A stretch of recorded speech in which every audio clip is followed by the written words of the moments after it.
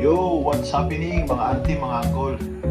Dito na naman tayo may bago tayong na-purchase na gamit. Thermal printer to, ito.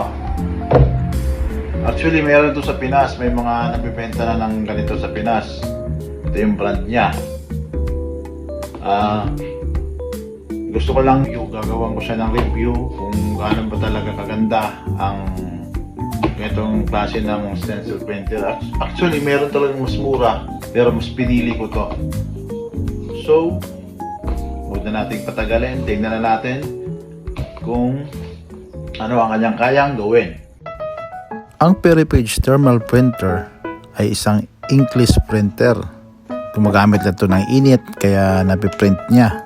So maganda siya, medyo classy yung design.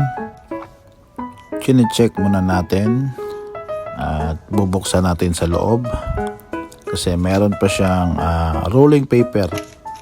Kailangan tanggalin to pag nagpiprint na tayo kasi ibang papel ang gagamitin natin na para lang sa pang-tattoo.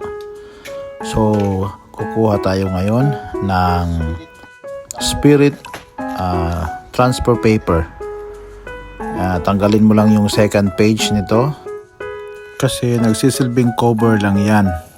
Yan, hindi na kailangan yan. Ito yung kailangan talaga, yung front page lang. So isusuot natin sa ating printer. May slot dito, nakikita nyo. Hindi dito hindi dyan, kundi dito. Yan, dyan nyo ipapasok yung papel at i-check natin kung naka-straight na ba, at saka i-press lang natin para mag-lock na siya and we're good to go.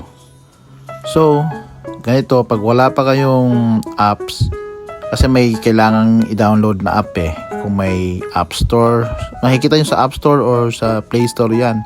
Download nyo lang yung Peripage, ganyan yung icon nya, yan, pindutin nyo lang pag na-download nyo na. Tapos buksan nyo lang ang Bluetooth ng device nyo para mag-connect sila sa printer. Dapat connected silang dalawa. Pag connected na, naka-pair na silang dalawa, pindutin mo lang, proceed ka na sa pag buo ng gawa ng designs mo. Ayan na, pindutin mo lang, hanap ka ng design sa gallery mo. Pag may napili ka na, pindutin mo lang. Sa gilid, meron na rin. Tapos okay mo lang. Pwede mo pang i-resize. Pag na okay na, goods ka na, hindi pindutin mo na.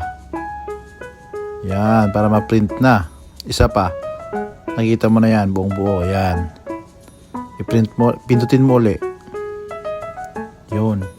Tapos, mas maigi, aalalayan mo siyang lumabas para hindi kulubot. Ayan na. Tingnan natin yung outcome ng ating unang pag-print sa kanya. Ayun, medyo hindi makapal, ayos lang. Susubukan natin ibaliktad yung papel. Ayun, ibabaliktad natin, sabay print kung pwede ba yung nakabaliktad yung papel, yung dilaw. Walang nangyayari. So tanggalin natin yung dilaw, tapos yung carbon na lang talaga at saka yung isang papel yung may iwan. Yan, ayusin ko lang para maayos yung pagkakamada, straight na straight.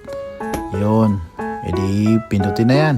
Yun, tapos aalalayan natin para hindi makulubot. Tapos check natin kung anong outcome. Ayun, mas makapal at mas detailed. Kitang-kita yung detail kumpara nung kaninang na-print natin. Hindi mag-print pa tayo ng isa. Ito si Dr. J. Tirahin na natin si Dr. J Printan natin si Dr. J. Yan, alalayan uli. Yan na. Buksan natin para makita talaga kung ano yung outcome. Wow, yan na. Si Dr. J. Yan na. Yun na nga, final verdict overall. Maganda siya gamitin. Peripage, maganda siya gamitin.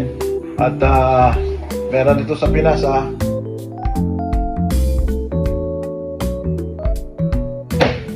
mas mura pa niyan. Kung gusto nyo bilhin, bilhin nyo. Kung gusto nyo ito rin bilhin nyo. Nasa inyo naman yun eh. Ang lahat yan, nasa inyo. Kaya dapat, do what works for you. Minsan, maaaring mali ako, tama kayo. Wow. Do always the doctor says.